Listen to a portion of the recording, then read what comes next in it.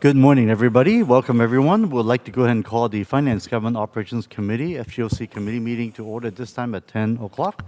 I'm Supervisor Otto Lee, Chair of this committee, along with Vice Chair Supervisor Susan Ellenberg. With both supervisors present, we have a quorum. First, we want to move to public comments, which is an item reserved for members of the public to address committee on items not on this agenda. And those who would like to speak, please raise your hands or your virtual hands right now. Clerk, do we have anybody? We currently have one request to speak virtually. Okay, let's go ahead and give that speaker 2 minutes. Thank you. 2 minutes. Okay.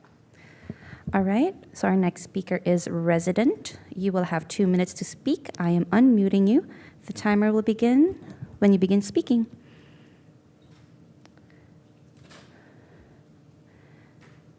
Okay, Resident. We have unmuted you. Please go ahead. Good morning. Can you hear me? You're pretty faint. Can you try? Can I try again, please? Okay, go ahead, Resident. Yes, hello. Thank you. I think one central element to preparing any budget, especially when it comes to behavioral health, is prevention. And as government officials, I think that it all starts there with you guys. If you guys, made sure that everything was running properly, you could prevent a lot of issues, psychological issues within the community from arising. Namely, I'm speaking for my kids. I mean, my kids are being sexually abused. And I've addressed this, guys. I've addressed this with the police. I've addressed this with the district attorney. And, mainly the problem that I have is with the district attorney, because he is helping to conceal this abuse, because there's an attorney who's well-connected, who's involved in all of this. And I'm asking you guys to please take this into consideration, to please help my kids, because nobody's doing anything about it. He's being allowed to do whatever he wants to my kids, and this is totally, and it's immoral, it's unethical, and it's just plain wrong. And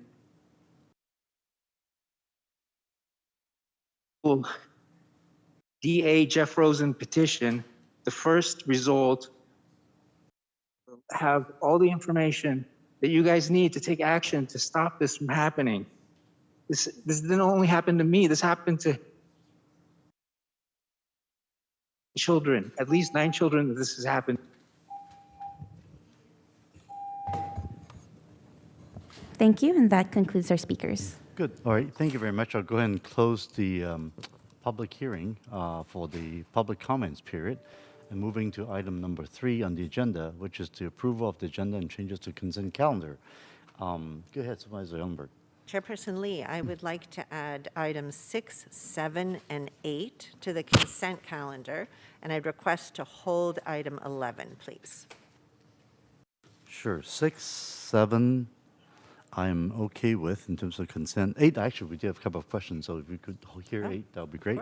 And holding 11 is fine with us as well. Okay. Then I'm happy to move approval of the consent calendar with 6 and 7 added and 11 held. Great. Thank you. And that's what we'll do. I'm sorry, Supervisor Ellenberg, did you say 6, 7, and 8, or 6 and 7? I requested 6, 7, and 8, but Supervisor Lee wants to hear 8. Got it, thank you. And we'll hold 11 as well. And now I'll of course, second that. And I'll go and open up the public hearing. Anybody would like to speak regarding the consent calendar on these changes? Anybody? We currently have no requests to speak, whether in person or virtually. Very good. Okay, we'll go ahead and close the public hearing and take a vote. Okay. Vice Chairperson Ellenberg Yes. and Chairperson Lee. Yes as well. Motion passes. Great, thank you. So that moves us to item number 4 on the agenda, which is the management audit of the Office of County Executive from the Management Audit Division. Let's see, I think today we have our Management Audit Manager, Cheryl Sholoff, and along, I believe, with is it Alice Her from the division as well. So welcome. Good morning.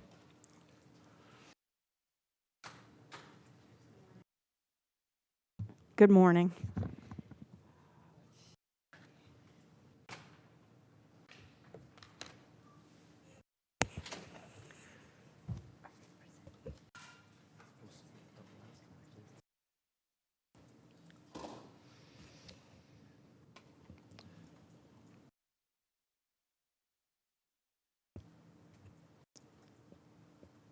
I'll let you give you a minute to get ready. Anything, Cheryl? Go ahead. Share screen or?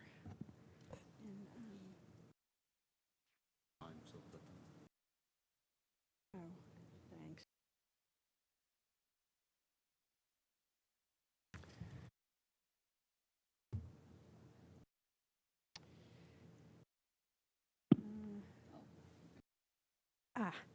Finally, sorry. No worries. I know technical difficulties is what we live with. So thank you. Cheryl, go ahead. So I'm Cheryl Solov. I'm the Management Audit Manager for the Board of Supervisors, and I have with me today Alice Her, who is the Project Manager for the Management Audit of the Office of County Executive.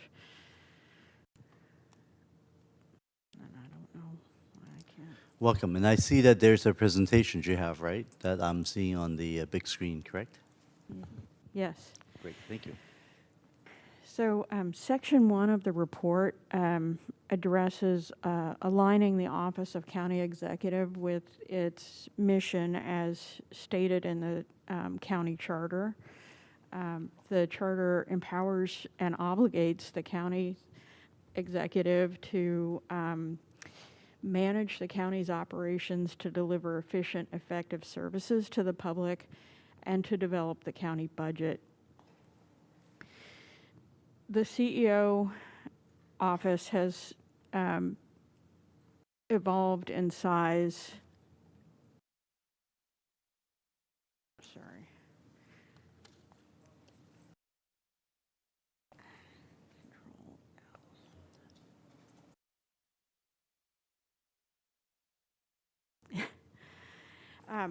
The CEO office has increased in size and is now heavily focused on specific rather than countywide operations and programs, including the provision of many direct service functions. The wide-ranging functions of the CEO have posed administrative challenges such as central record keeping, developing consistent HR and office policies, and goal setting.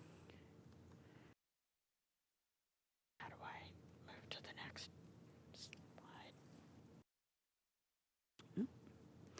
slide? Section 2 addresses streamlining, prioritizing, and tracking board referrals. Board Policy 3.28 broadly defines a referral as any request for information that is approved by a majority of the Board of Supervisors and is referred to a county entity for a report back. Board referrals are typically due to the board within 45 days from when the referral was initially made, unless another time is specified. In our sampling, we found that multiple report backs did not meet the 45-day requirement or came out of prior reports on the same topic. A separate analysis by the CEO found an increase in referral volume and that many referrals are driven by offshoot referrals from board agenda items and other informal requests. The county lacks a complete record of referrals from both the board and board policy committees, as the referral matrix maintained by the Office of Budget and Analysis only contains requests from the former. We made recommendations to try to improve this process through providing better definitions and associated workload and prioritization in the face of high referral volumes and a lack and trying to improve the transparency around the referral volume.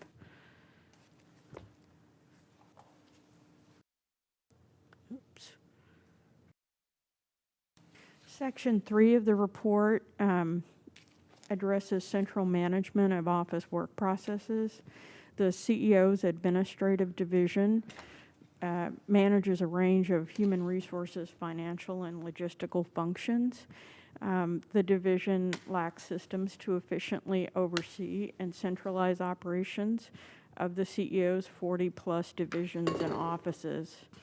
This has led to issues with centralized record keeping, inconsistent or overlapping onboarding guidance, and difficulty keeping track of policies and procedures of the CEO's different divisions and offices.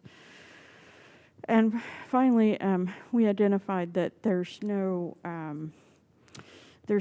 central plan for reintegrating employees who've been deployed as disaster service workers back into their regular functions. These gaps limit the effectiveness of risk management protocols embedded in the county policy and administration's oversight responsibilities. Section 4 of the report addresses office-wide contracts, oversight, and monitoring. For contracts management, CEO divisions generally identify their own service needs, prepare scopes of work and vendor evaluation criteria, develop a final agreement and budget, and monitor contract performance. This is typically overseen by the administrative division and oversees the solicitation process, contract execution, and preparation of contract amendments. We did a sample of 113 CEO expenditure agreements. At least 8 were retroactively approved by the Board of Supervisors or Chief Procurement Officer without a formal agreement initially in place. A lack of comprehensive and accurate contracts oversight can result in unfavorable procurement practices that are unaligned with board policy and county guidelines and raise the risk of service lapses.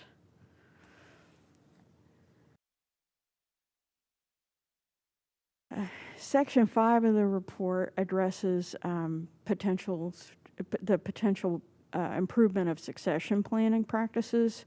Succession planning is a best practice that promotes service delivery continuity through identifying core competencies undergirding an organization's operations. The CEO, which has a significantly higher turnover rate than the county overall, does not have written succession plan or specified policies and procedures for knowledge transfer. An absence of succession planning within the office with a unique level of leadership positions, technical expertise, and institutional knowledge raises the risk of service gaps in countywide management functions due to staff transitions. Section 6 of the report addresses the roles and portfolios of deputy county executives. Deputy county executives enact the county executives' guidance through portfolios, overseeing various county and office functions, and their work often focuses on responding to board inquiries. The county's deputy county exec portfolios are ambiguous in their span of control, and their assignments have not been formally memorialized in either county or CEO organization charts. This variance in portfolios makes it difficult to reliably compare workloads and raises the risk of imbalanced assignments. A lack of clearly defined policy buckets has led to overlapping functions being spread across multiple portfolios and ambiguous reporting structures in which some offices report to multiple executives. Section 7 of the report addresses countywide administrative policies. And these are policies that apply countywide and exist to implement a board policy, achieve compliance with applicable laws and regulations, address a risk to the county that cannot be addressed elsewhere. Per county policy, the county executive has delegated authority to the Administrative Policy Council to establish and review administrative policies. The CEO reported that the Administrative Policy Council has not dedicated staff for this function since fall of 2021. In addition, the office does not keep central records around administrative policies that have been submitted, approved, and are pending. This lack of dedicated staff and a central tracking mechanism raise the risk of proposed policies falling through the cracks and county issues covered in these policies going unaddressed.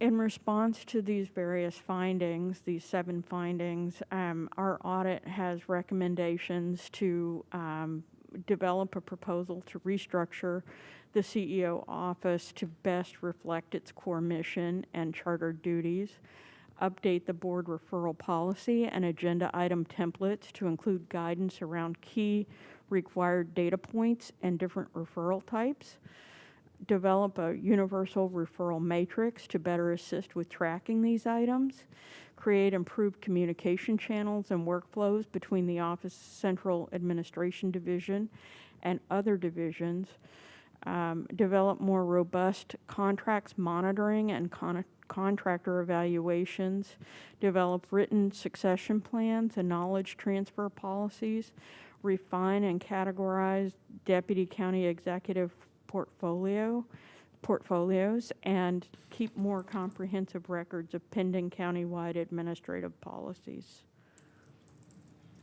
And with that, we're happy to answer any questions you may have. Well, first of all, I would say thank you, Cheryl, and your team for the very important and hard work on the audit of the county's executive's office. And thank the county executive's office for their cooperation and their insight throughout this really comprehensive process before we dive in today. So I just want to say thank you so much, Cheryl and Alice and your team for the good work, first of all. And I believe our new county exec, James Williams, actually would like to make a comment on this as well. Go ahead, James. Yeah, thank you, Supervisor Lee. I first just wanted to express my appreciation to Cheryl and the entire audit team. This is a very timely, comprehensive, and thoughtful audit of the Office of the County Executive, and is very much appreciated with the start of a new administration to be able to have the insights and expertise and third-party perspective validation from our management audit division around the structure and organization of the Office of the County Executive. And in particular, I want to express appreciation for Section 1 of the audit that really took a macro look at how the Office of the County Executive has evolved over time, changes that I myself have seen from the time I was in the county exec's office as a deputy county executive a number of years ago to starting now as the incoming county executive. So huge thank you, Cheryl, and to Alice and your team. I really appreciate the thoughtful work and the diligence on the audit and the thoughtful recommendations. Also wanted to just acknowledge we have here in the audience some folks who've worked on the county exec's side on this audit. Michelle Seaton, Brian Darrow, Sean Whiteman. I wanted to call them out and thank them, but also just let the committee know that they're also available if there are questions on certain of the items. We are looking forward to implementing these audit recommendations. They're very consistent with observations that Greta and I have had over some time in looking at the Office of the County Executive itself. Some of these recommendations really speak to some structural things involving the Office of the County Executive, and of course that will take a little bit of time to bring forward thoughtful recommendations that also are done in a way that appropriately involves conversations with mid-managers of the 42 some odd units within the Office of the County Executive so that those folks are appropriately engaged in conversation and process. You'll see that we have agreed or substantively agreed with all of the management auditor's recommendations, and we're happy to answer questions that the committee may have. Okay, thank you very much, James. Do you have any comments? Okay, first, before the public comments. Or would you Oh, want to do I'm public happy to comments do first? public comment Okay, first, yeah, of let me course. go and open the public comments to see if any public would like to speak on this item right now. So while we don't have anyone from chambers, we do have one virtually. So our next speaker is resident. We are unmuting you. We'll give you 2 minutes to speak. And once you're ready, please go ahead. Yes, hello. So, one item that you guys missed from the county executive report is what happens if you tell the county executive that the district attorney is helping sex traffic your children? I mean, I've told James Williams this, and I've complained, I've filed a whistleblower complaint, I've asked for at least acknowledgement that I've made a complaint, and I don't get any response. I'm completely ignored. And I think this is unacceptable. I mean, like, if you're talking about doing important work, I mean, what could be more important than protecting children from being sexually abused? I mean, this just isn't happening in our county. People are getting ignored. People are coming to you. They're telling you what's happening to their kids. They're telling you that the district attorney is helping perpetuate these crimes, and nothing is being done. I mean, it's a complete, I mean, I can't believe this is even happening in this county. And I hope that the report can be amended to reflect that the county executive should be obligated to address these sorts of problems that are happening in our county. Thank you very much. Thank you, and that concludes public comment. Thank you. We'll go and close the public comment for item number 4. Yes, go ahead, Supervisor Ellenberg.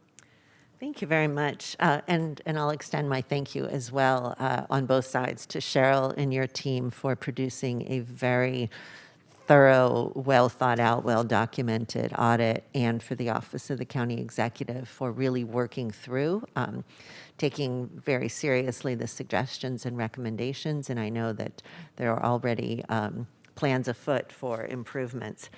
Considering that this audit presents more than 20 individual recommendations for the committee to consider, I'd like to propose, if it's all right with you, Supervisor Lee, separating the recommendations into 2 categories. First, those that can be approved as presented without any further discussion.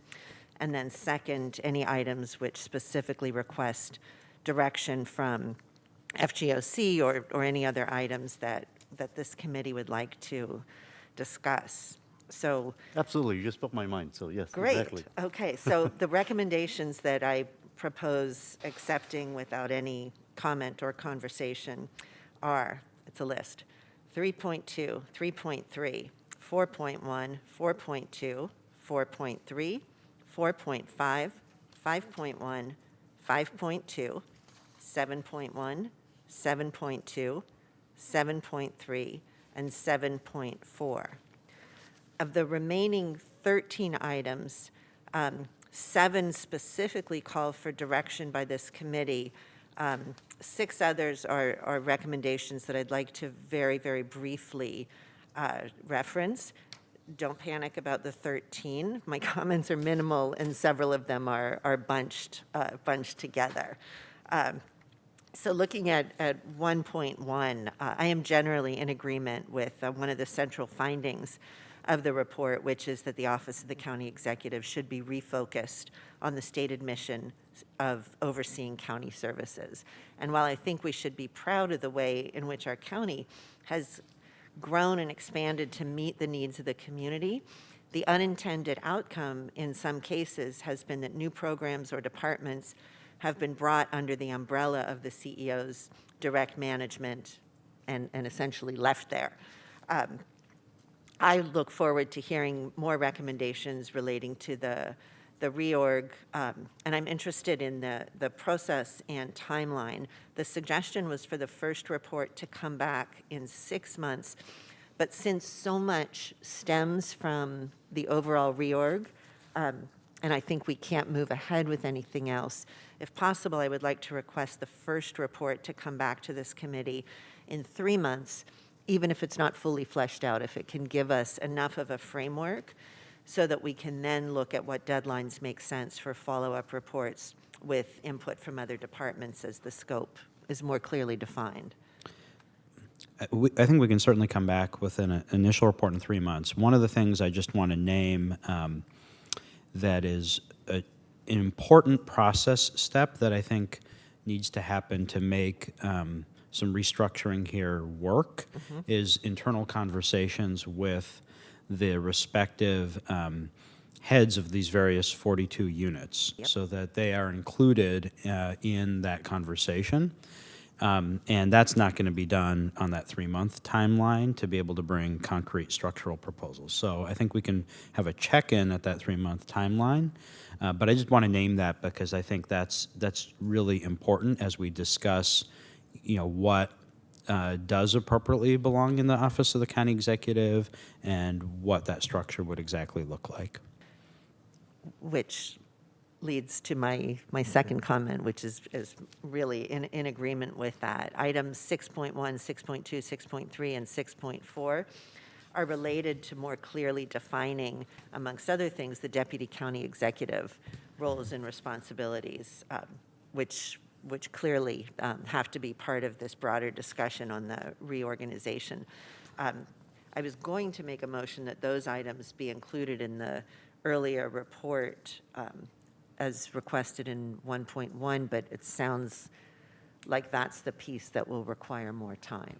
Is that fair? Or do you anticipate that being part of the initial report? No, I think that can be part of the initial report. I actually think some of the pieces of Section 6 are more easy to move fast on than 1.1. Okay. Because I think the conversations around portfolios and assignments for the deputy county executives have already begun, and work there has already begun, and it's a smaller team than the 42 different units in the county exec's office. So, Okay. So I think a 3-month timeline would be fine for an interim report, and we'll be happy to let the committee know kind of where we're at. Great, thank you. 2.1, 2.2, 2.3, 2.4, and 2.5 all relate to improved referral tracking and prioritization. And as a member of the board that delivers those referrals, Cheryl, I really want to thank you for calling out, some of the, whether it's the overwork or chaos at times or redundancy. I think there's an obligation on the Board of Supervisors to take that direction very seriously and hope for some recommendations working with administration as to how we can improve that process. And receiving your recommendations on 2.4 and 2.5, James, would really help the board's decisions ultimately on addressing 2.1, 2.2, and 2.3. So when you report back on 2.4 and 2.5, at that time, I will bring to the full board a conversation on 2.1, 2.2, and 2.3. I think that makes tremendous sense, and I just want to acknowledge my appreciation for your comment just now that that some of these recommendations absolutely require real engagement from the board itself, and our recommendations really to the board itself, and the county executive and administration have a role to play to help facilitate that conversation and ensure that there's good data, information, workflow, and materials to help support the board in engaging in that. And we'd be happy to, I think that the timing you're suggesting, which is to have those pieces kind of flow in that way, makes a lot of sense to me, and we'd be happy to support that. Thank you so much. That leaves 3 remaining items, 3.1, 3.4, and 4.4, and I'll make quick recommendations on those. Regarding 3.1, I certainly think it's fair to establish this type of annual performance review process, and I just want to note that I concur with the CEO's request to have authority to select the framework and metrics used to evaluate departmental performance. I want to also so I would add to this motion acceptance of the recommendation to require divisions within the Office of the County Exec to record annual objectives and evaluate performance, but I don't think it's necessary to specify what evaluation methods are most appropriate. 3.4 calls for the development of a written protocol for reintegrating employees following temporary work assignments. Again, I agree with the CEO's response that written guidance for managers to consider when reintegrating any employee from a temporary work assignment is sufficient, and I agree that it's not necessary to create a detailed written protocol, which may be challenging and impractical to apply across a wide range of roles. Let's see. And then finally, 4.4 calls for tracking the number of contracts monitored by each staff member to ensure equitable distribution. For sure, it would be useful to track this information and to review it. It's reasonable to review it on a monthly basis. I think it's reasonable to expect workload variation based on the number of contracts, but certainly not necessary to require an equal distribution across staff in terms of the number of contracts managed. Certainly, some are massive, others are smaller, and that doesn't the number of contracts doesn't necessarily dictate workload. So with all of that, it's a motion which generally accepts with agreement and just some requests for earlier timelines. And again, I'm excited to work on this.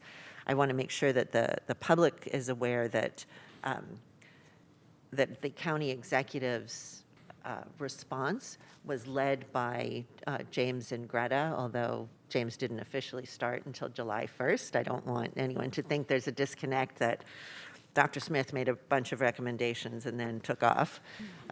It definitely, the recommendations, as I understand, the responses very much reflect the current executive and senior staff. Yes, absolutely. And Thank you all for again those very comments. much. And I'll ask for a second. Yes, I will go ahead and second that. I just want to say thank you to Supervisor Ellenberg for your detailed analysis. Interesting enough, our analysis from our office is extremely similar. So I would say at least 80% of the suggestion we were putting together, you just mentioned them.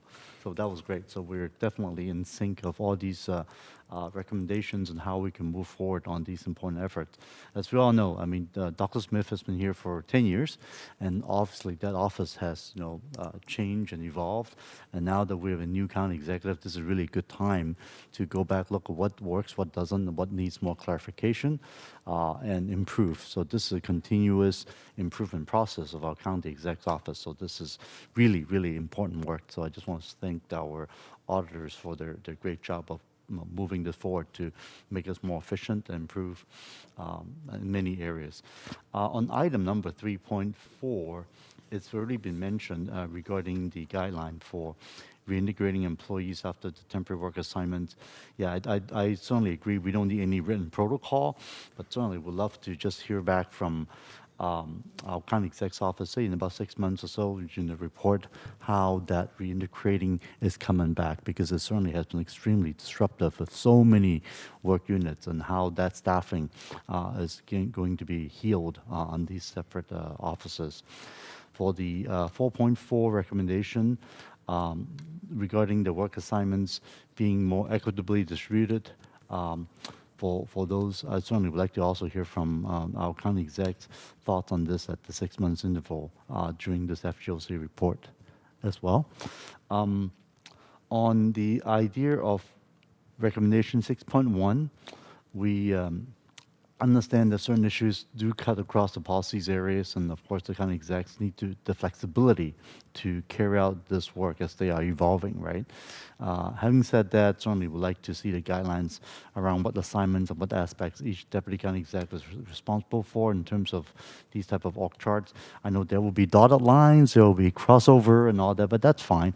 But it's really important for us to be able to see it, not just for the board, but for their direct report as well, and the public to know how these organizations are being made. Because at times we have so many deputy county exec that frankly, I don't think I've met every single deputy county exec yet myself, and it's something that I need to schedule my meetings with them as well. So certainly would like to get that clarified sooner than later. Well, we'll have to invite you to one of the meetings. Yes. But yes, we'll, That's right. All right, thank you. And that's and so those are my recommendations and comments. And if that's okay to motion Absolutely. maker, yes, thank you. And if that's the case, we'll go ahead and take a vote on this motion. With Vice, amend- okay. Vice Chairperson Ellenberg Yes. and Chairperson Lee. Yes, as well. Thank you. Motion carries. Great.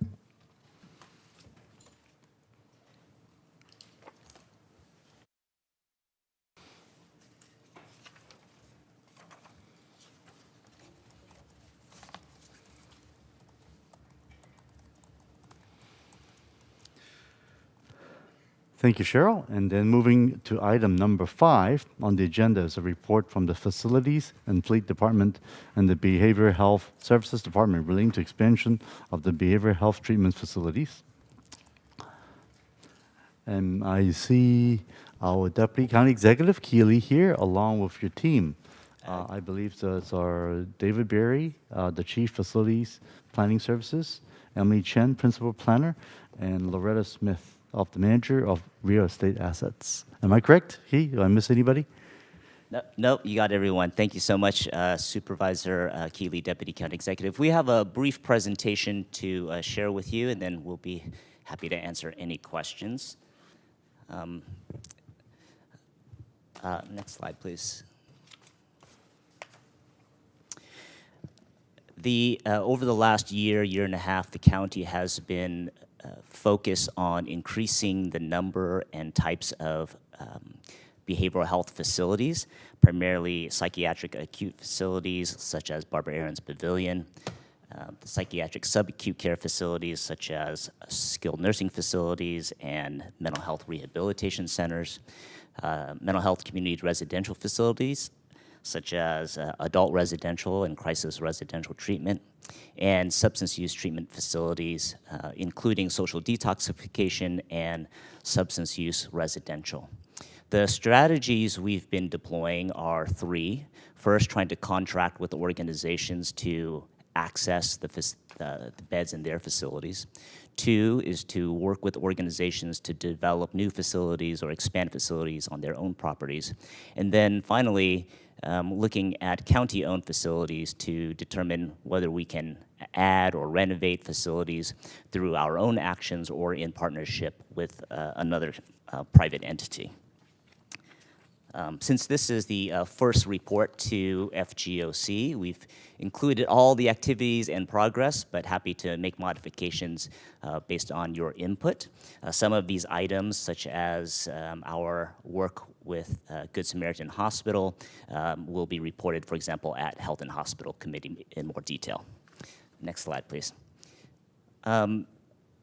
The next couple slides just highlight some of the progress we've made or our partners have made. San Jose Behavioral Health constructed 53 new acute care beds. About 17 are in operation now. By the fall, they expect to have staffing to operate all 53. The county is making continued and steady progress on the child and adolescent psychiatric facility on the VMC campus. We have increased our rates for very competitive and sought-after subacute care beds, mainly mental health rehabilitation centers. And we are close to finalizing a contract to access 11 additional subacute beds for individuals on Murphy conservatorships. Next slide, please. Last fiscal year, we added 40 community residential beds through various means. Most recently, you both were at an event where we had the grand opening for 650 South Bascom, which is an adult residential treatment facility. We'll expect clients to be in that facility in the fall. We're supporting Pathway Society on their construction of a 30-bed residential substance use facility. They expect to have start construction in September. We're having conversations about continued operation of beds at Good Samaritan Hospital's Mission Oaks campus, and we are evaluating 50 county properties for behavioral health treatment facilities. The board set aside $12.6 million in the capital improvement plan to start that planning process. Next slide, please.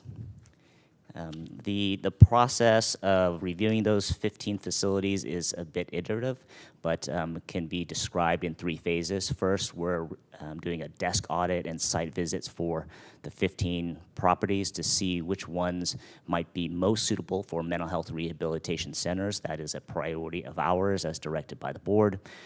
Once we have complete that, we will have a conversation and make some recommendations to the board about specific properties to utilize for MHRCs, and then we'll conduct a formal feasibility study for an MHRC.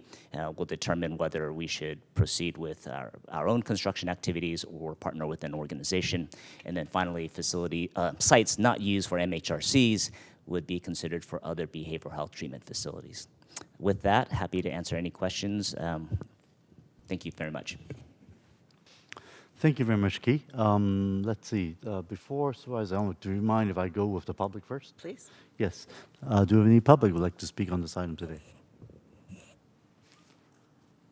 We do have, okay, we now have 2 individuals who would like to speak for this item. Great. Let's go ahead and All right. start that. So our next speaker is resident. We are unmuting you. You will have 2 minutes to speak, and please go ahead. Yes, hello. Thank you for letting me speak again. I just wanted to underscore what I initially said in my public comments, my first set of public comments, and that is that, I mean, how can we be spending millions and millions of dollars on mental health care facilities when we can't do basic functions that the government is meant to take?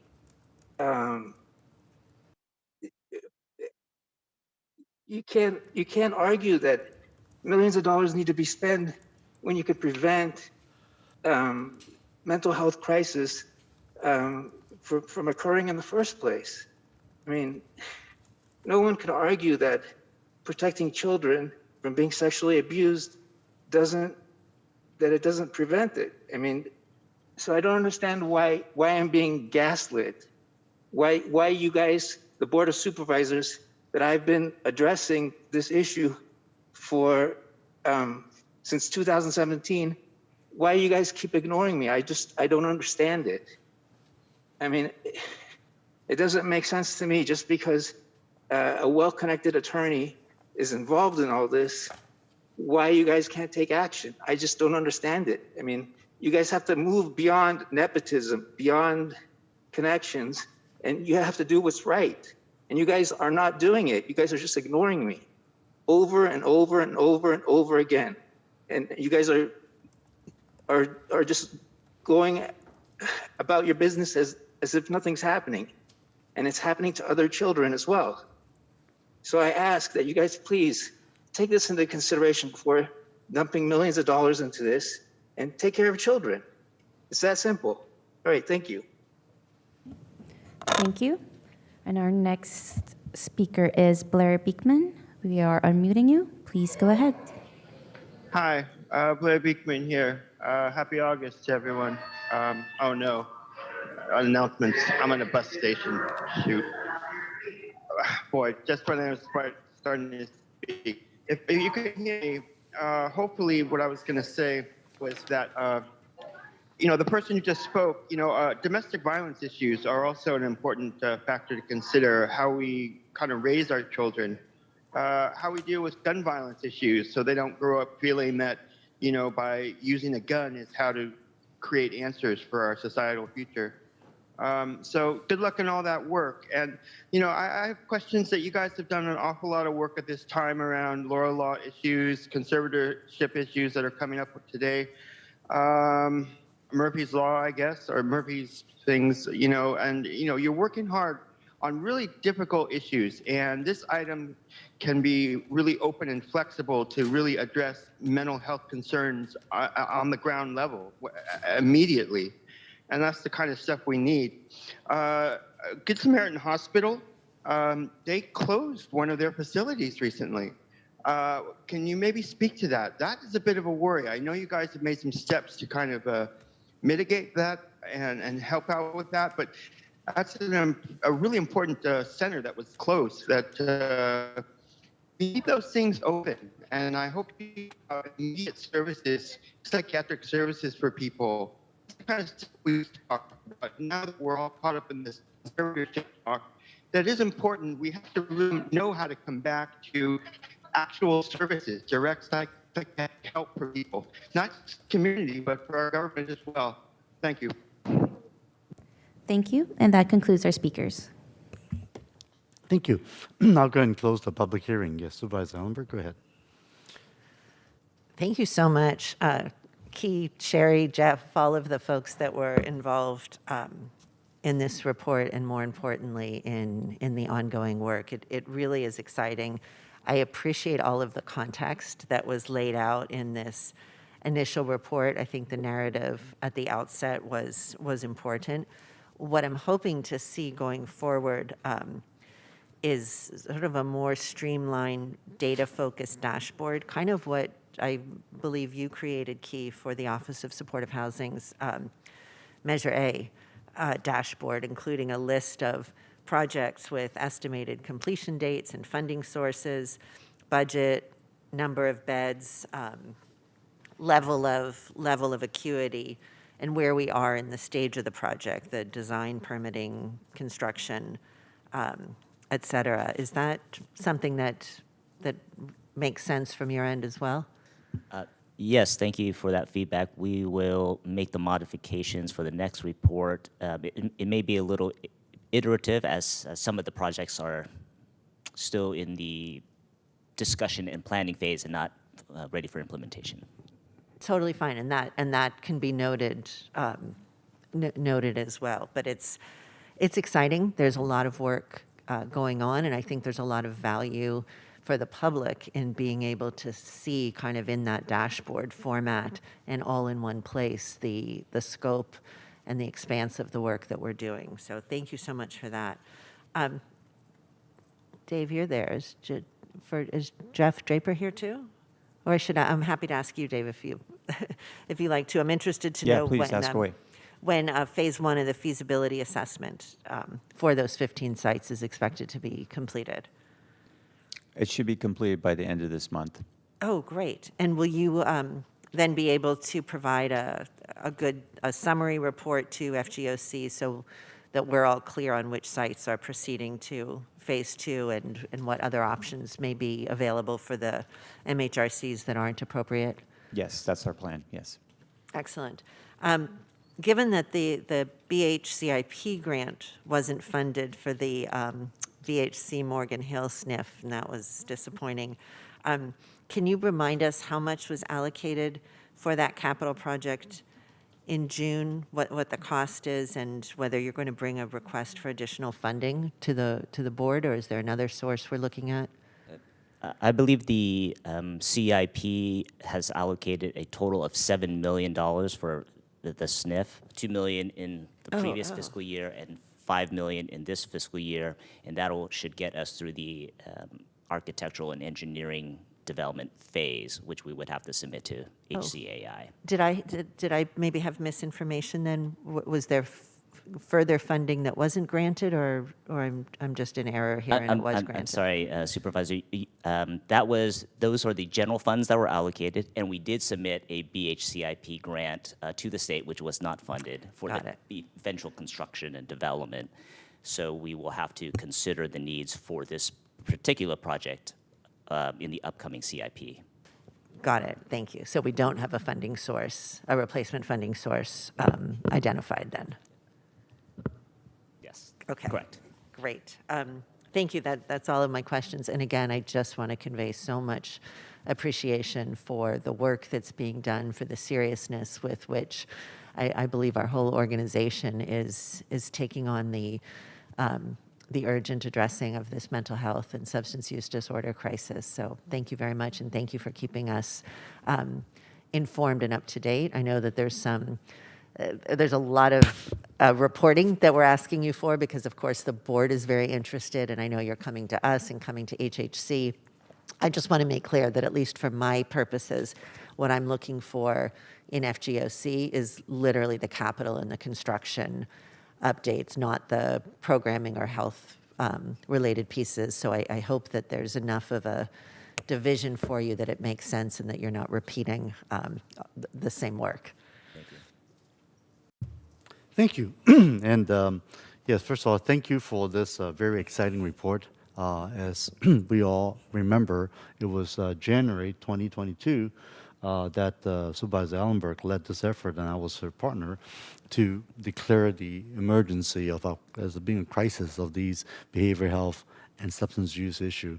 And since then, I would say we have certainly seen a lot of progress, and this is clearly the type of hard work that you guys have put together. And I just first say thank you for working really hard to push this envelope. And I talked to many supervisors from different counties, and they are actually learning from us of what we are doing here as well. So I just want to let you know that your effort is not just for this county, it actually sets a model, an example for others to do as well, because we share the same type of issues in so many places all throughout California. So I just want to say thank you for that, first of all. Second is, let's go through these individual items. On the issue of social detox, it says that the Horizon services is being added to the pool of organizations being provided. Do you have any estimate of how many beds that the Horizon might be adding to our inventory of these beds? Thank you, Supervisor, for that question. We have added Horizon as an organization that is qualified to provide social detox services. We do not yet have a contract with them, primarily because they, as with other organizations, do not have the facilities or the place to provide those beds. So, one of the options for increasing social detox beds is at the reentry center, as indicated in the report. And if that is feasible, if we have funding sources to implement, then we can turn to our qualified providers, such as Horizon, to determine who can to submit proposals to operate that facility, for example. So there are no specific beds associated with Horizon as yet. Okay, thank you. Thanks for the clarification. That's very helpful. And with regard to Pathway, as we know, we have, county has been contracting with Pathway for 15 detox beds now for a little while. And that we are talking about here is constructing a new 30-bed SUS facility, which is right next door to where they are operating currently, correct? That's correct. Right, yeah, so we're certainly very excited about that and making sure that those 15 beds are having a high usage and capacity, because we certainly have some issues before, but just want to follow up to make sure that those are being fully used and that people are, if they're not being fully used, that to me means that we don't really have a waiting list. As soon as people have it, those beds should be made available. We were all at the very exciting day of the 650 South Bascom ribbon cutting. We got a lot of good press on it, and somehow I actually ended up on the front page of Mercury News in the picture with one of the patients that used our service and saying how well our services actually has helped change people's lives. So I think these are the type of good work that we're doing that needs to be told. Sometimes we do good work and people don't hear about it. So I just want to say thank you for in so many ways that we are continuing this effort. Now, ribbon cutting is great, but it's still not open yet. So any ideas? Are we talking about weeks? Are we talking about months before 650 South Bascom truly be able to admit individuals?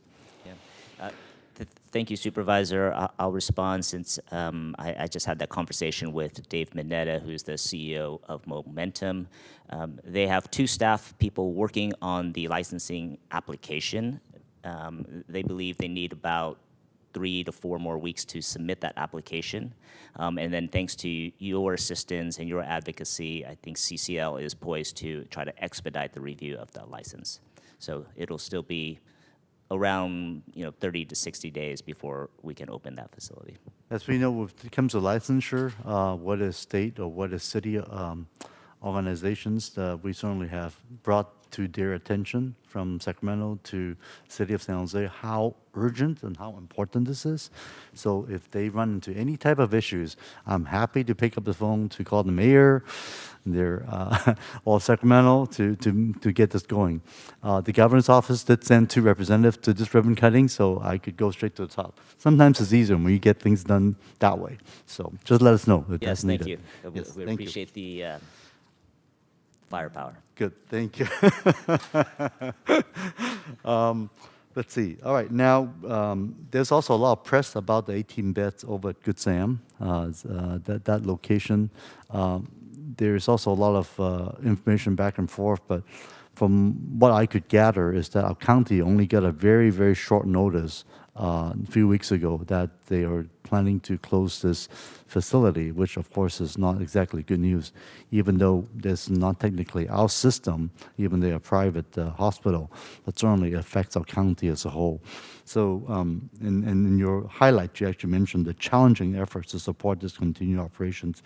So whatever update you can provide us, but maybe if you can provide a more detailed report as to what efforts we're working on at the HHC coming up, I certainly appreciate that. Yes, James. Sure, I can share just a couple things, and I think there'll probably be more conversation at HHC around it. But it's been challenging because we've not been met with much responsiveness from HCA corporate, based in Tennessee. We have tried to do some facility assessments and had good conversations with the leadership locally.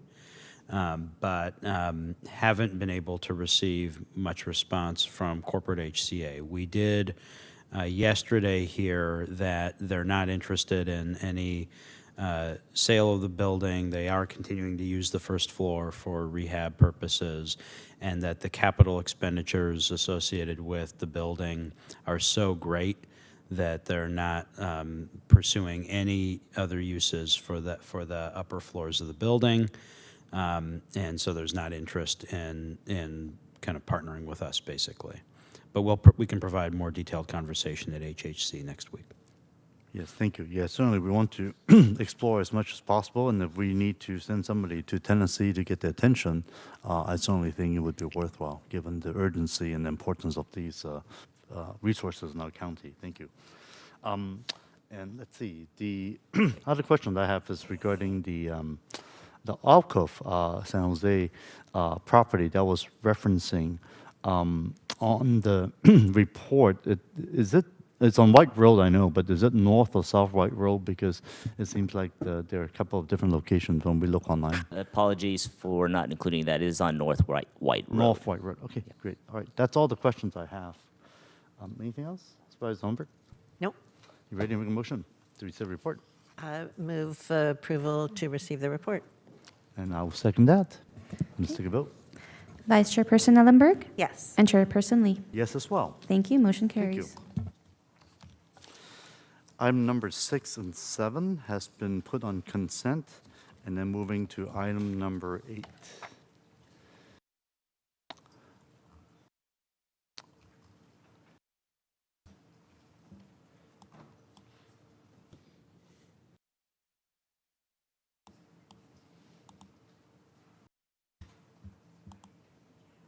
And item number 8 on the agenda is a report from Facilities and Fleet Department relating to managing costs on job order contracts, projects, and capital projects. And we do see Jeff Draper, our Director of Facilities and Fleet Department, right here. Thank you, Jeff. Good morning, Mr. Chair. How Morning. are you today? Thank you. Thank you. Before we start, you have anything to say, or I'm just going to open the public hearing? Go ahead, sir. Okay. Anybody in public would like to speak on this item? So we currently do not have requests to speak at this time.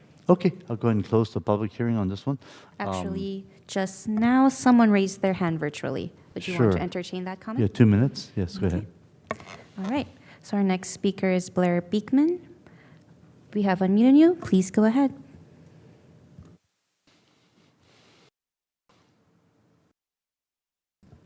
Okay, Blair, I believe your microphone is unmuted. Please go ahead.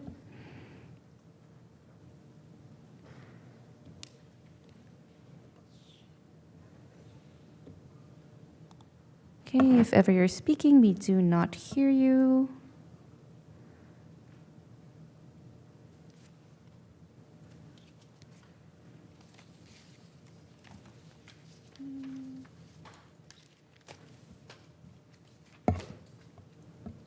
Okay, Blair, are you there?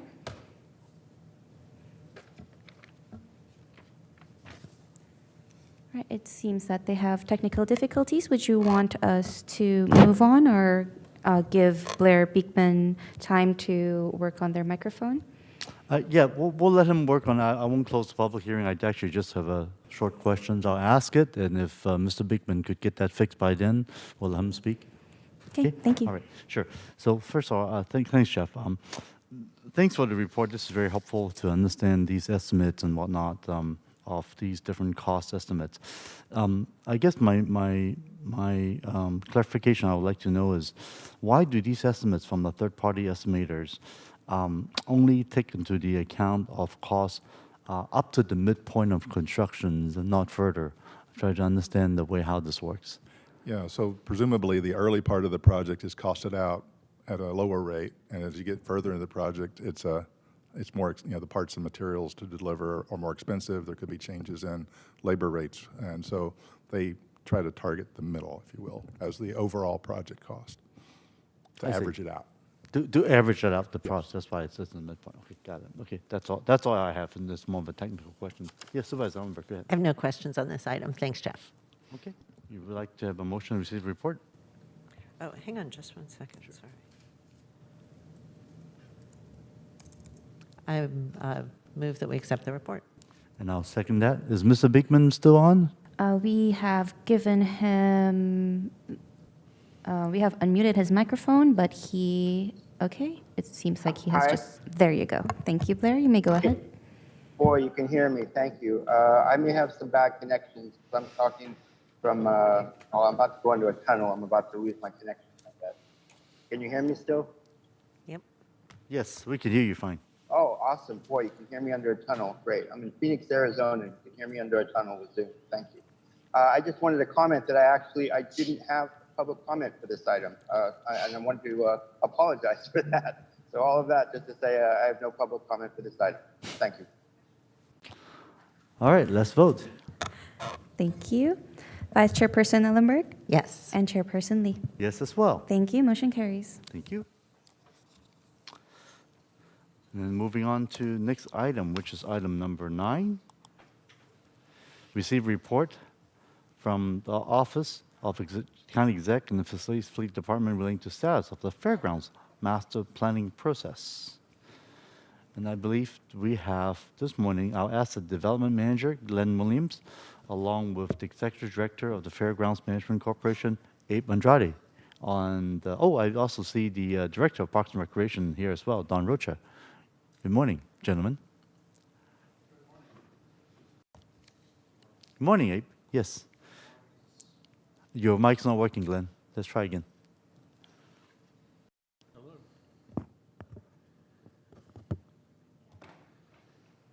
Is it working now? Here we go. Go Great. ahead, Thank Glenn. you so much. We can hear you now. Glenn Williams with the Office of the County Executive, Asset Development Manager.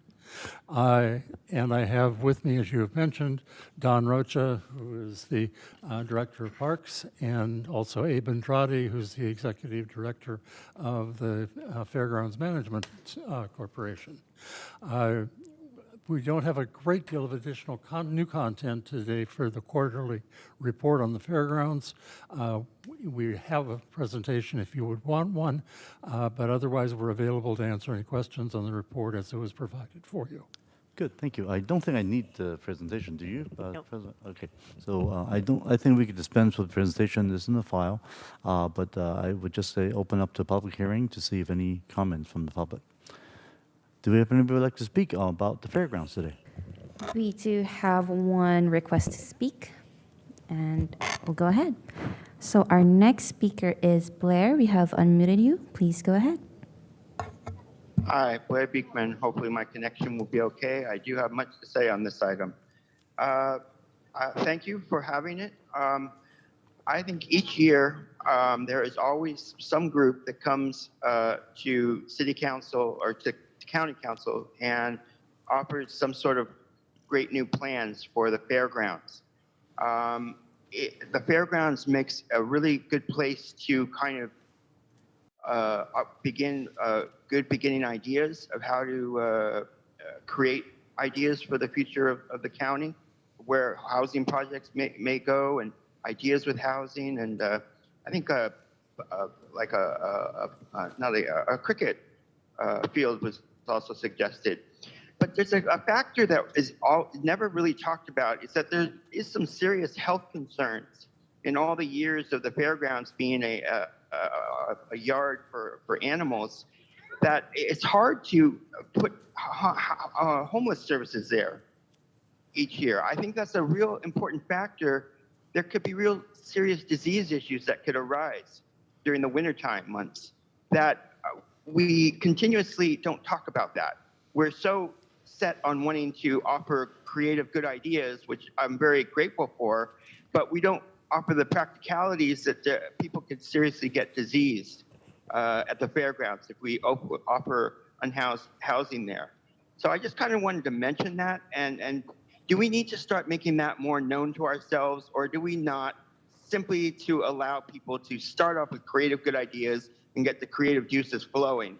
And it's kind of a process. It's difficult to always want to work with, but I feel sometimes we just have to be more realistic when we want to do incredible things for the future of the fairgrounds. And I hope this is actually relevant and helpful, and it does make sense, hopefully. And thank you. Hopefully. Okay, and that concludes our speakers. Thank you. I'll go ahead and close the public hearing. Supervisor Ellenberg, do you have any questions or comments on this? None at all. Happy to move approval. I will second that as well. And I actually do have a couple of questions here.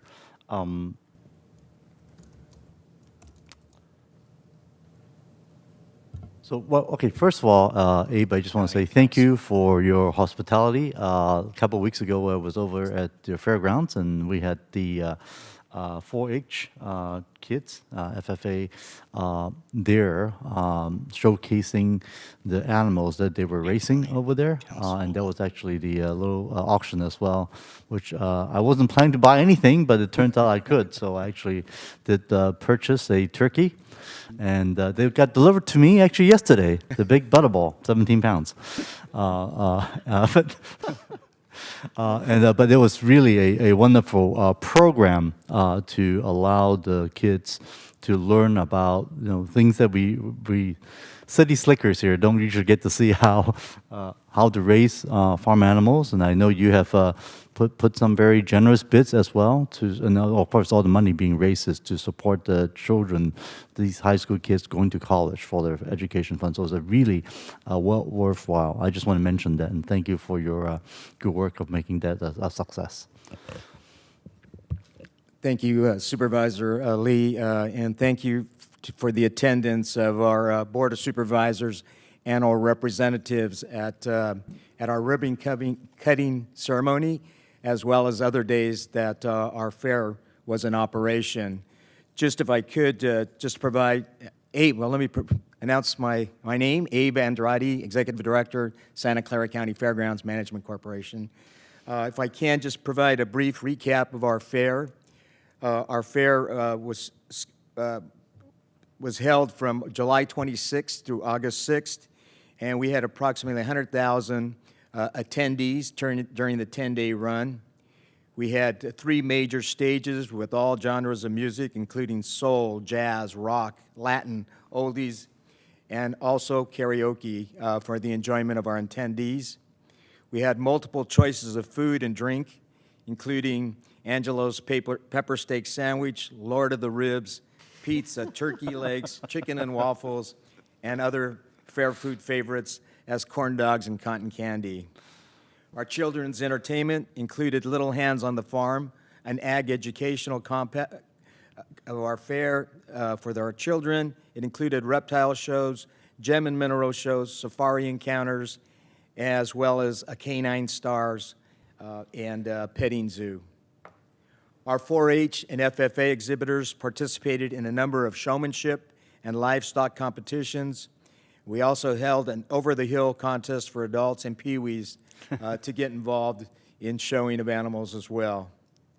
And it's proud to announce that our hosted livestock auction raised over $335,000 for the benefit of our 4-H and FFA exhibitors. And thank you, Supervisor Lee, for your contribution, and hope you enjoy that Thanksgiving turkey. Thank you. I don't think it'll even last until for Thanksgiving. Good to hear, good to hear. Yes. Just also, we tried for the first time, we included Art Alley, which included the live mural painting. 13 murals were painted on the south side of our Gateway Hall, an amazing artwork presented by local and other artists from throughout the United States that came and joined in this very entertaining exhibit from the various artists. Our Fiesta Hall hosted still exhibits, which included baked goods, quilts, Legos, and other collectibles, in addition to classroom art from multiple schools. We hosted a Cesar Chavez and farm workers exhibit, and we also had over 200 volunteers, as well as my staff, who amazingly contribute over 5,000 hours during these time frame in order to produce the Santa Clara County Fair. This was our 79th annual fair, so next year we look forward to presenting our 80th and showcasing, and we really appreciate all the support given to us from our facilities department in all the capital improvements that were accomplished just prior to the fair. Our fairgrounds looked amazing, and again, we look forward to continuing to partner with the county in maintaining fantastic fairgrounds for the benefit of our community and continuing to host a number of cultural facilities, festivals, all during the year as well. Thank you. Thank you very much, Abe. So for the 80th, that means we're going to have rodeo, right? Yeah.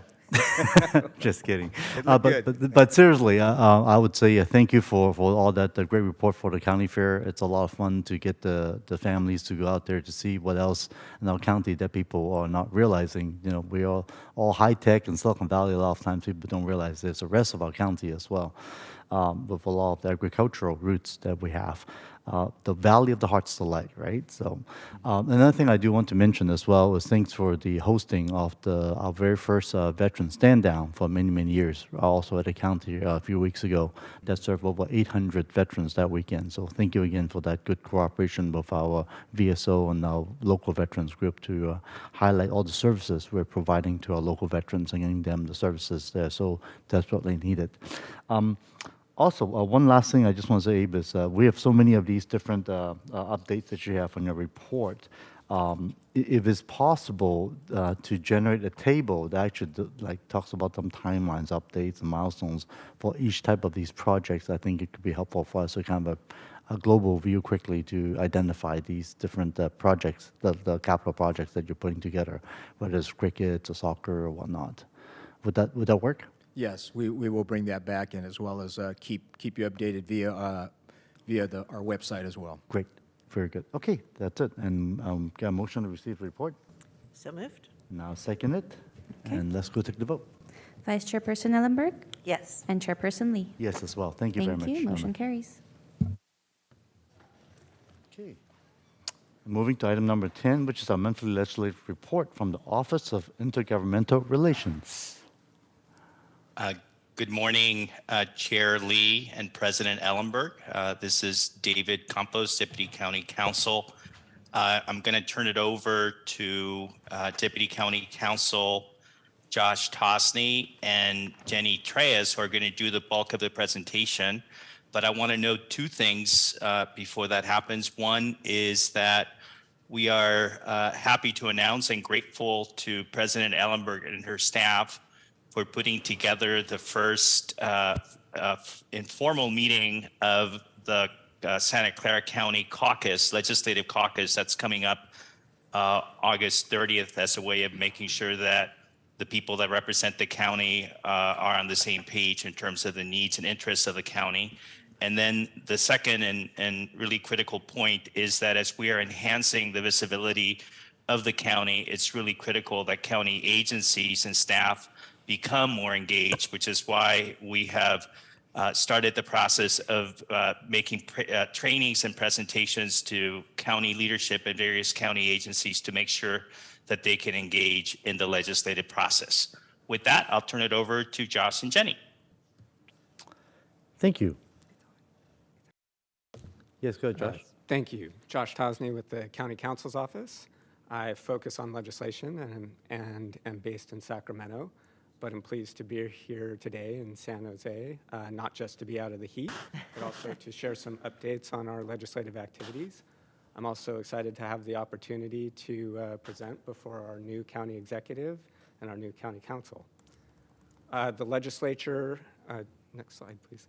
Legislature just returned from its summer recess for its final sprint in the legislative session, which ends September 14th. There were almost 2,700 bills introduced this session.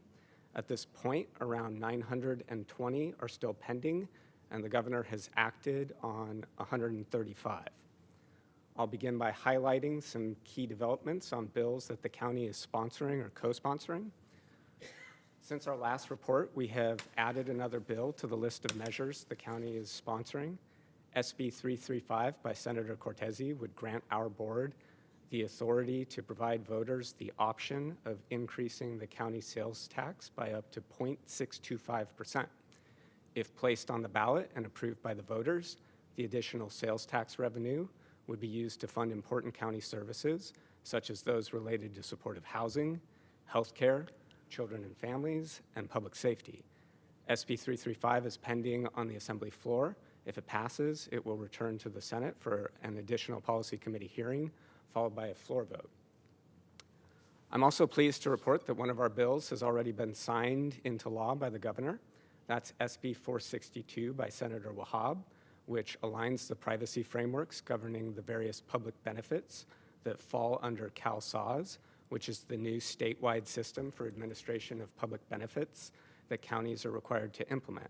The alignment of the privacy restrictions clarifies that data necessary to provide county general assistance benefits can be uploaded into CalSAWS. Additionally, two other county bills passed the legislature just yesterday. The first is SB 406 by Senator Cortese, which creates an exemption from the California Environmental Quality Act for local government provision of financial assistance for affordable housing. This will help expedite the funding process for the most urgently needed housing without having to undergo duplicative environmental review. Skip ahead to slide 5, thank you. The second bill is SB 642, also by Senator Cortese, which gives county councils enforcement authority over hazardous waste violations. This will give county environmental health departments another enforcement tool to address these potential threats to public health. Our team is engaging the governor's office on both bills, and in the next update, we hope to have good news on these, as well as our remaining active bills, which are continuing to progress through the process. Next, I would like to highlight our engagement on key bills that are pending in the legislature. The first is SB 43 by Senator Eggman, which expands the scope of conservatorships under the Lanterman-Petra-Short Act. The bill has been substantially amended and now contains some changes our team advocated for. The amendments narrow and clarify the bill, making it more straightforward to interpret and implement. Rather than adding a whole new definition of grave disability, the bill now focuses on expanding the existing framework for identifying people whose condition is severe enough to require involuntary detention and treatment. As amended, the bill also enables counties to delay implementation until January 1st, 2025. However, the bill continues to allow for individuals to be conserved based on a standalone substance use disorder, although it now must be a severe one. Conserving people whose disability arises solely from a substance use disorder will be a challenge to implement, even with an extra year to prepare, because our county currently lacks the staff and facilities to detain and treat such individuals. Our team is working with other interested counties to advocate for the bill to be further amended so that the substance use disorder must be co-occurring with a mental health disorder. This would better enable our provider system to carry out SB 43's goal of helping to treat unsheltered individuals with severe behavioral health needs, a goal the county shares. SB 43 is currently pending in the Assembly Appropriations Committee. The second bill I'd like to highlight is AB 1227 by Assemblymember Lowe. That bill, which the county supports, would authorize our board to adopt an ordinance that provides for ranked choice voting.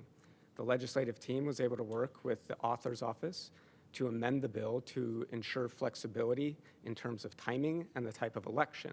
This gives more options to the board for crafting an ordinance in the event that it opts to use ranked choice voting. AB 1227 is pending on the Senate floor and will need to return to the Assembly for concurrence on the amendments. Finally, I would like to discuss the Governor's Behavioral Health Modernization Proposal, which is comprised of two bills, AB 531, which is the bond for behavioral health infrastructure, and SB 326, which overhauls California's mental health system, including the Mental Health Services Act. Both sets of changes were introduced in bill form in June and are set to appear on the March 2024 ballot.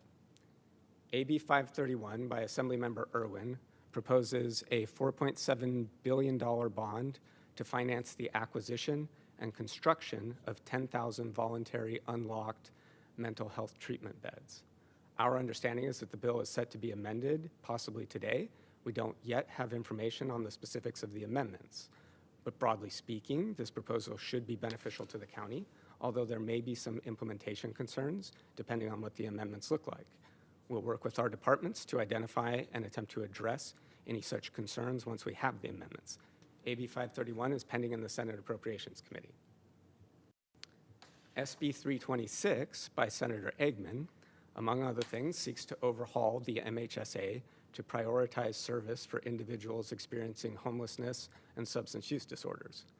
In the initial version of the bill, the issue of greatest concern identified by behavioral health and the Office of Supportive Housing was the bill's provisions that would collectively reduce the overall share of MHSA money that goes to counties while diverting 30% of the county share away from existing mental health programs into housing. The county, of course, shares the urgent goal of improving care to these populations. However, the mandate to, in effect, do more with less money could result in the diversion of tens of millions of dollars from our existing behavioral health programs and housing-related services. This also overlooks the major investments our county has made in this area, including over $1 billion in funding since 2015 to support the production of approximately 6,000 affordable housing and supportive housing units as part of our comprehensive response to homelessness. SB 326 was amended just a few days ago. The amendments add some limited flexibility to transfer funds between categories, subject to approval by the Department of Healthcare Services. The amendments also allow for more dollars to go to services for youth and children. On the other hand, the amendments decrease the overall share that goes to counties. The legislative team is working with our departments and administration to digest the impact of the amendments and to revise our strategy for further engagement. The Governor's Behavioral Health Modernization Proposal promises to continue to be our highest priority for the remainder of session. In the coming days, we will continue collaborating with our departments and working with the county associations and our county counterparts to seek further changes. We have engaged our delegation and legislative leadership and will be meeting with the governor's office later today. And finally, Deputy County Executive Key Lee will be traveling to Sacramento next Tuesday to join a panel that will be presenting before a joint informational hearing of the Assembly Health and Housing Committees. Following the hearing, the Health Committee will vote on SB 326. If it passes, which it very likely will, its next stop will be in the Assembly Appropriations Committee. And for the next portion of our presentation, I'll turn it over to my colleague, Jenny Trice. Okay, good morning. Thank you, Josh. Thank you for having us. My name is Jenny Trice, Program Manager within the Office of County Executive. I wanted to just quickly share with you the state budget funding secured by our legislative delegation members on behalf of the county.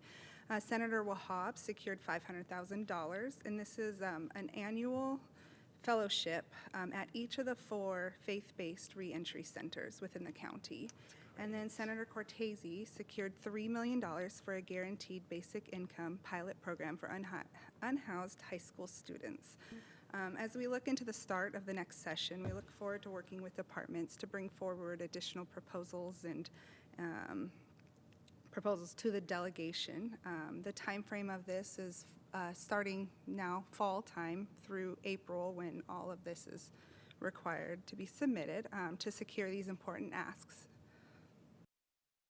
And then, so another important item that we're working on is Can you developing. speak a little closer to the mic, please? Yeah. Oh, I'm that'd be sorry. great. Thanks. Is that better? Much better. Oh, sorry. Another important item is developing the work plan. The Office of Intergovernmental Relations and the Office of the County Council are working collaboratively to come up with a plan to identify goals and timelines for the upcoming year. So we anticipate to address increasing presence, as David discussed, increasing presence and visibility of the county in Sacramento and Washington, D.C., and to develop a stronger public relations and communications policy, and then to provide timelines and expectations of when the board should see items before it. So the completion of this work plan, we anticipate it to be in the fall, and it will be presented both to you at FGOC and then also to the board. And that is my presentation. Okay, thank you very much. So first of all, I would like to see if, Supervisor Ellenberg, would you like to do public hearing first? Yes, any public comments? We do have one request to speak. Yes, go ahead, 2 minutes. Okay. So our next speaker is Blair Beekman. We are unmuting you. You will have 2 minutes to speak. The timer will begin when you begin speaking. Hi, Blair Beekman. Thanks a lot for this item. Nice to learn things. I am a bit worried about that you've had language change from dealing with conservative ship issues that only gravely disabled, gravely ill. You've changed that language. Okay. I know you guys have worked a lot on this item, and that it's an important item for our future, and how to reestablish and consider mental health care and what exactly that is. But I think when you take out the gravely disabled portion, you take out good guardrails. We don't should not use. You guys now are overusing it. On too much the other way, but I'm just bringing it back to the other way. I think we have to really acknowledge that I feel that I don't this issue, but that it's just gravely disabled is good guardrails so people don't have to fall under conservatorship right away. I know countless numbers of people who were just put on conservatorship because they were having a fit, because they were angry at their psychiatrist one day. And then the psychiatrist just turned right around and said, well, you're obviously not sane and well-balanced, so we're putting you on a conservatorship. You know? And that whole system is just whacked out. And you guys got to really acknowledge that. I think it's a real problem that I just don't think we should go down that road again. And that the current system, gravely disabled makes it very clear what conservatorship should be about. Thank you for your time and patience in hearing me out on my field. Thank you. Thank you, and that concludes our speakers. Good. We go ahead and close the public hearing, and we have a motion to receive this report. So moved. And Also second. would just really like to call out and lift up the tremendous work, Josh and Jenny, that you are doing, that David Campos in his new capacity as IGR lead are doing. The leveling up that has happened with our county's visibility and relevance of our voice over the past year is really significant, and in very large part it is due to your work, your engagement, your competencies, and I'm really just appreciative, enjoying working with you, looking forward to our I'm meeting with the governor's office this afternoon, and let's do more of this. Let's make sure that Santa Clara County is recognized statewide, particularly in the legislature and the administration, for the leadership that we have across so many sectors. We have such a plethora of subject matter experts at our county that I think can be very well and meaningfully deployed in Sacramento to help legislators and administrators really understand how counties work, how we have to implement mandates and direction from the state, and where we can actually offer helpful and useful advice to help achieve the goals that are often set in Sacramento. So really much appreciation to both of you. Yes, certainly want to echo those same comments, especially, for example, like SB 43, the comments that was submitted from this county actually has made a difference in the bill itself. And leading that effort and showing other counties how important that our voice is being heard up there. Not all assembly member or senators have served in the county, unfortunately. We're very fortunate that our Senator Cortese has been on this same seat 12 years and understand how county works.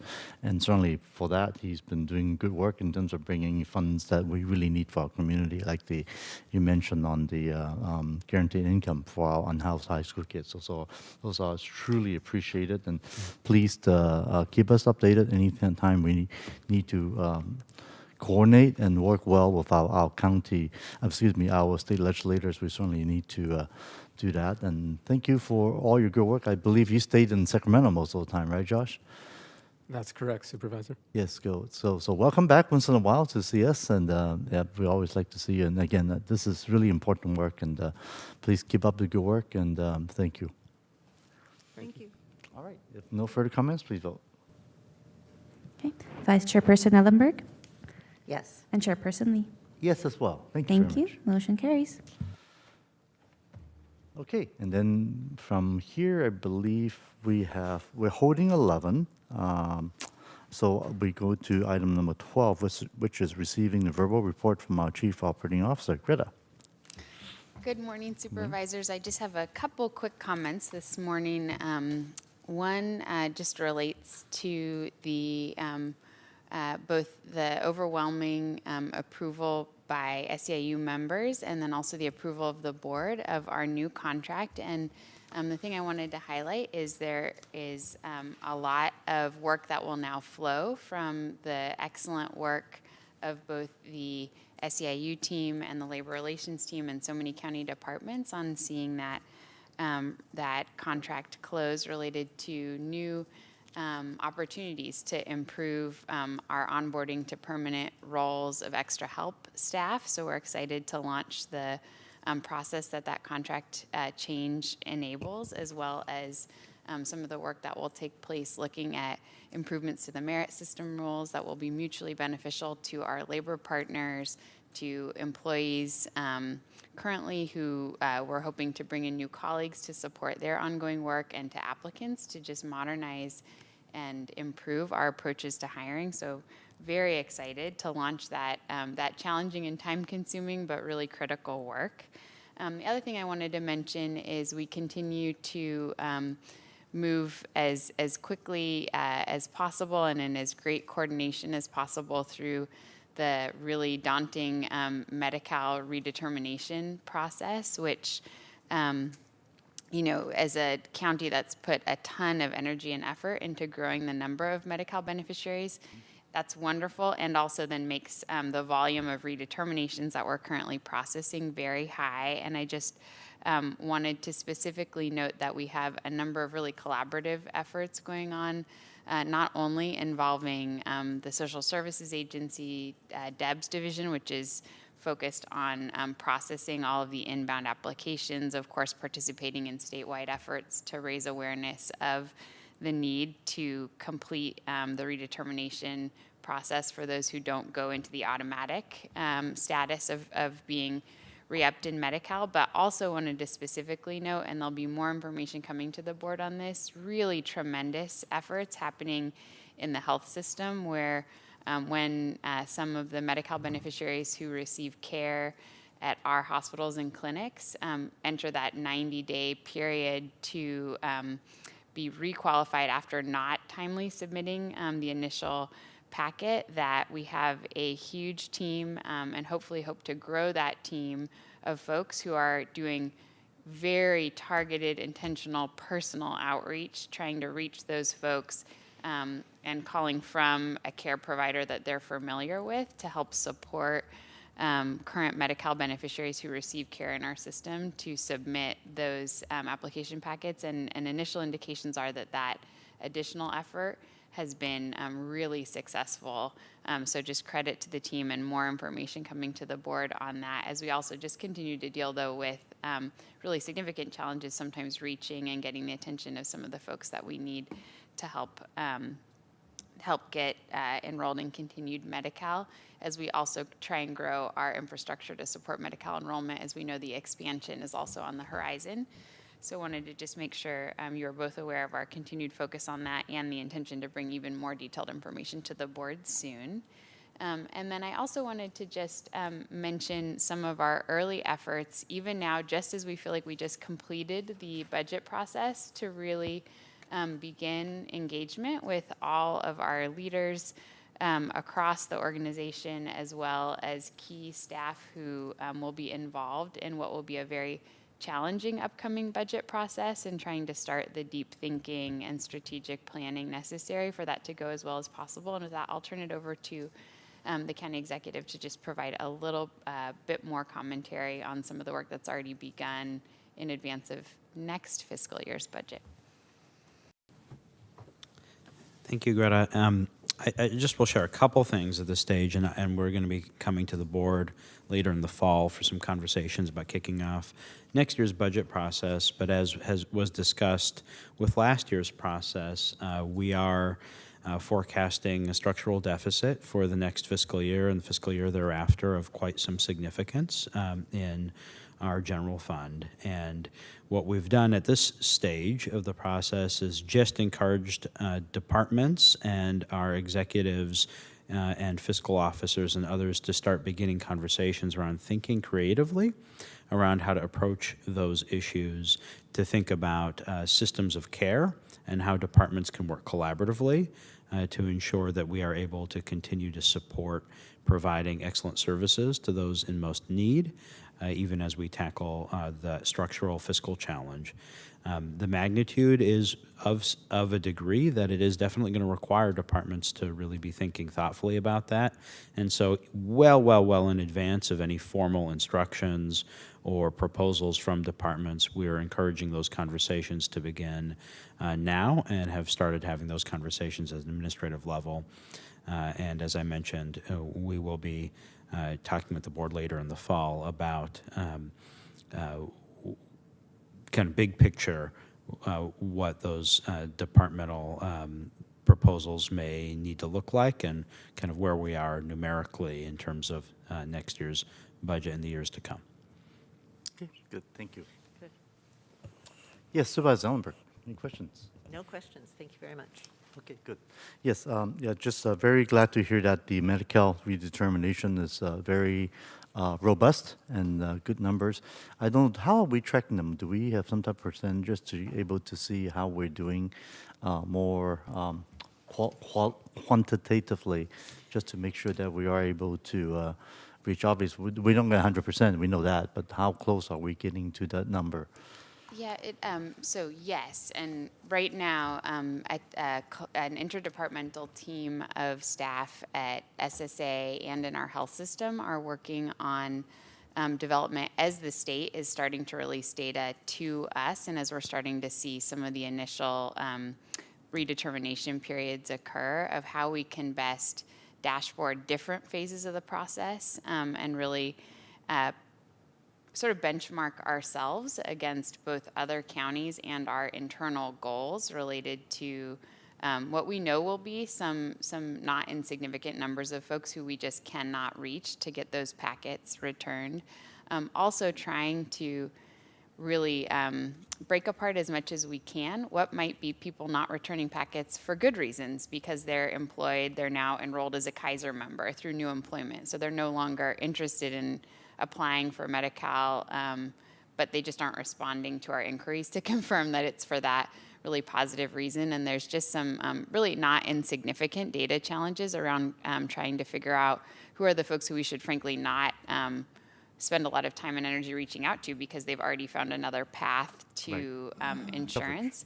There's also really significant work going on to make sure that where we do make contact with someone, we determine that they're not eligible for Medi-Cal, but they may be enrollable in one of our covered California plans, that the support to make that happen effectively is occurring and that we're tracking some of our outcomes related to that. So more coming, but we have faced a little bit of challenges as the state has been challenged, and we're relying on them for a lot of the data related both to the redetermination process, but also some of the data transition related to new system implementation as well. Got it. Thank you. And regarding the structural deficit that was referred to by our county exec, we are certainly concerned about the reduced revenue. Based on the projection, we're expecting that due to the economy, whether it's the low assessment values of some of the property tax on office buildings or those. Do we have any idea when we will have a better picture of what that impact's going to be? Yeah, I mean, I think there's a number of concerns, but one of them, the one that you're touching on, is are related to property tax revenue, which is far and away our largest source of general purpose revenue at the county, we're very dependent there on roll growth, and in particular the softening of the commercial real estate market is expected to have an impact. We do get monthly reports from the assessor's office, but we won't know more until a little bit deeper into the year. But do expect that there was going to be much lower roll growth than in the last several years, and that'll have an impact for us. A few of the other major factors include the continued pressure of inflation, increased labor costs, and then continued challenges with the state associated with excess ERAF, which is also, again, property tax revenue.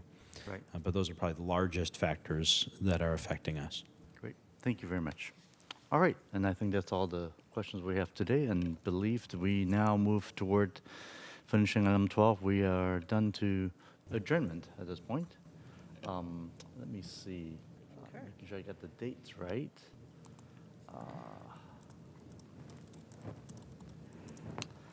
Okay. So we're going to call the adjournment of the FGOC meeting to Thursday, September 21st, 2023 at 2 p.m. Same place, same channel. Thank you, everybody.